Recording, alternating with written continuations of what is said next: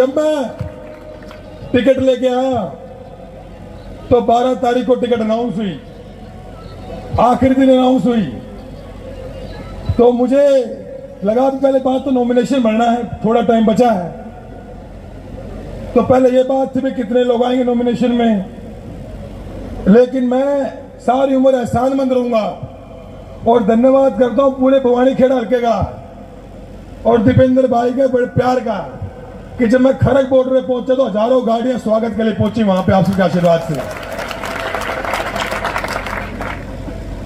भाई साहब, आज ये 5वां दिन है कैंपेन का और जितना प्यार इस क्षेत्र ने दिया, जब मैं चुनाव लड़ने आया तो कुछ लोग मेरे को बोले भी बाहरी कैंडिडेट है, तो राजनीति वास्तविकता में होनी चाहिए। कुछ लोग बोले बाहरी कैंडिडेट है। कईयों को मैंने एक बात बोली कि देखो, दीपेंद्र जी ने पूरे हरियाणा में काम किया है, हरियाणा मांगे हिसाब यात्रा की, हरियाणा के दिल में दीपेंद्र उड़ा है और दीपेंद्र जी के दिल में भवानीखेड़ा में प्रदीप नरवाल से कोई बाहर नहीं हो सकता प्रदीप नरवाल के हल्के के लिए।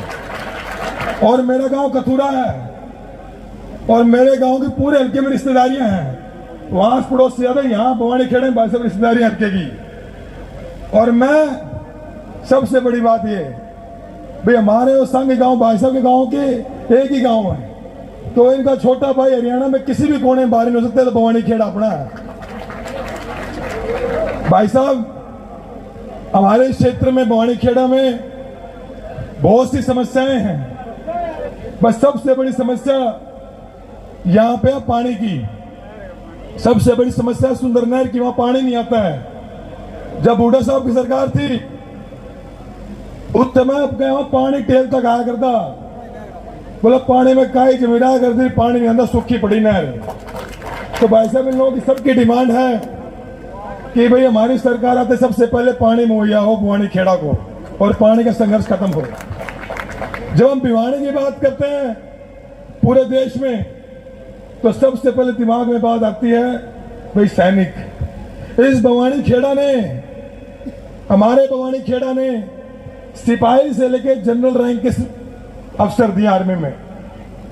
सबसे ज्यादा देशभक्त लोग अपने यहाँ के हैं, लेकिन सरकार ने अग्निवीर योजना लाके सारे युवा पहले गांव में स्कीम पर उसमें जो वर्जिश मारा करते, रनिंग मारा करते, सारे युवा घर बैठा दिए सरकार ने। माँ एक बात सोचते थे, मेरा बेटा फौज में जाऊंगा देश की सेवा करेगा और गर्व करती थी इस बात पे, लेकिन फौज को ठेका प्रथा बना के उनका गर्व भी छीन लिया। तो भाई साहब, ये हालांकि केंद्र सरकार का मुद्दा है, लेकिन अग्निवीर योजना जल्दी से जल्दी बंद होनी चाहिए, क्योंकि बहुत युवा यहाँ के बेरोजगार हो गए हैं। जब मैं यहाँ पे आया, लोगों ने तरह तरह की बातें की। कई बोले बाहर था, कई बोले विधायक बना, कई बोले नहीं बनेगा, कई बोले बड़े मार्जिन से जीतेगा, कई बोले हम बहुत के साथ खड़े हैं, कई बोले हम विरोध में खड़े हैं। कुछ भाई साहब बोले कि सरकार में मंत्री बन जाएगा। तो मैं एक बात कहना चाहता हूं सबको कि प्रदीप नरवाल का एक ही सपना है कि जब आने वाली 8 तारीख को कांग्रेस सरकार आए, जब मैं चंडीगढ़ में विधायक की शपथ लूं, तो मेरा बड़ा भाई दीपेंद्र हुड्डा उस दिन मुख्यमंत्री शपथ लेना चाहिए हरियाणा की। बोलो, समर्थन करते हो इस बात की? और ये भाई साहब, आपके सामने हम सारे आपका अनुमान हैं। आम परिवारों के बच्चों को किसी ने हरियाणा में पढ़ाया, अब आपके सामने कई लोग बैठे हैं। ये धीरज बैठा, ये नेशनल सेक्रेटरी यूथ कांग्रेस का, ये आपका प्रोडक्ट है। गोलिया आपका प्रोडक्ट है, ये भाई मैं आपका प्रोडक्ट हूं। तो युवाओं की फौज, आम घरों के बेटा बेटी की जो आगे बढ़ाने का काम किसी ने किया हरियाणा में। मेरी बात बताऊं जी, पुराने लीडर कई बार कहते हुए पुराने बड़े बड़े परिवार का आदमी होना चाहिए, आम घर के बालका ने बाद में देखेंगे। पहले नेता जिन्होंने उंगली पकड़ के हम सबको, उंगली पकड़ा के अपनी हम सबको आगे बढ़ाना, क्या आम घर के बेटा बेटी को दीपेंद्र हुड्डा जी। भवानीखेड़ा किसानों की भूमि है, बंसीलाल जी की धरती है। चौधरी बंसीलाल जी ने बहुत काम किया यहाँ पे। किसान 2 साल बॉर्डर पे बैठे रहे, संघर्ष करते रहे, किसानों ने अधिकार मांगे, सरकार को लाठियां मारी, युवाओं ने अधिकार मांगे, सरकार ने लाठियां मारी। फिर दीपेंद्र जी हरियाणा में यात्रा चलाई, उससे पहले लड़ाई लड़ी। इन्होंने पहले क्या किया, पहले मुख्यमंत्री बदला, फिर अध्यक्ष बदला प्रदेश का, अब विधायकों की टिकटें बदल दी। लेकिन अब ये जनता दीपेंद्र जी के नेतृत्व में सरकार बदलने जा रही है 8 तारीख को। बहुत लंबा मैं भाषण नहीं दूंगा, बस तय दिल से आप सब साथियों का, इस सफर में बहुत से नए साथी नए भी जुड़े, कई सरपंच साथियों ने ज्वाइन की।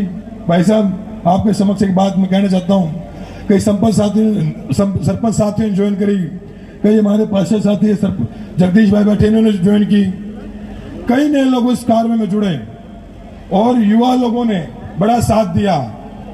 और मैं तो जो आखिरी टाइम पे टिकट लेके आया था, आखिरी टाइम पे टिकट लेके आया था, वो सच्ची बात है। कई बोले भी प्रदीप नरवाल को हल्के का नहीं पता, इतना सही बात है, लेकिन अपने सर पे दीपेंद्र हुड्डा का आशीर्वाद लेके आया था और समझ आ गया मेरे को यहाँ के कि दीपेंद्र हुड्डा का आशीर्वाद से बड़ी कोई चीज नहीं हल्का मेरे अंदर में।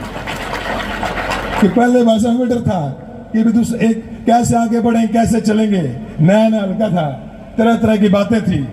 लेकिन आपके आशीर्वाद से आज हम भवानी खेड़ का चुनाव कम से कम 30,000 वोटों जीतने जा रहे, कम से कम 30,000 वोटों से। अंत में अपने सभी बुजुर्गों का, जिस गांव में गया वहां मुझे बुजुर्गों ने पगड़ी पहनाई, आज पगड़ी पहनाई, माताओं ने सिर पे हाथ रख के, साथियों ने साथ दिया। और मैं बार बार एक बात कहता हूं कि ये पगड़ी बड़े सम्मान की चीज है और बड़ी जिम्मेवारी की चीज है। कोई आपके सिर पे पगड़ी पहनाए, उससे बड़ी जिम्मेवारी कोई नहीं है।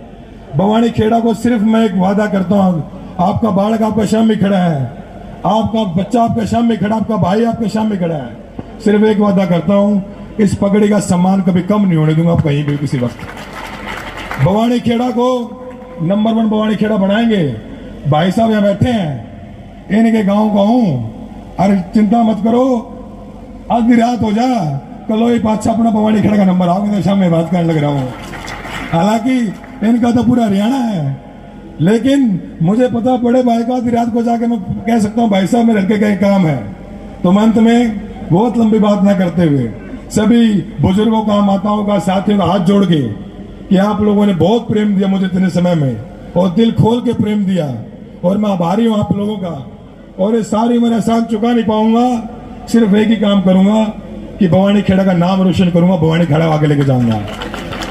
तो एक बार सब लोग नारा लगाएंगे, कांग्रेस पार्टी, चौधरी भूपेंद्र सिंह हुड्डा, भाई दीपेंद्र सिंह हुड्डा, जय किसान, जय किसान। सभी का बहुत बहुत शुक्रिया। इनकलाब जिंदाबाद।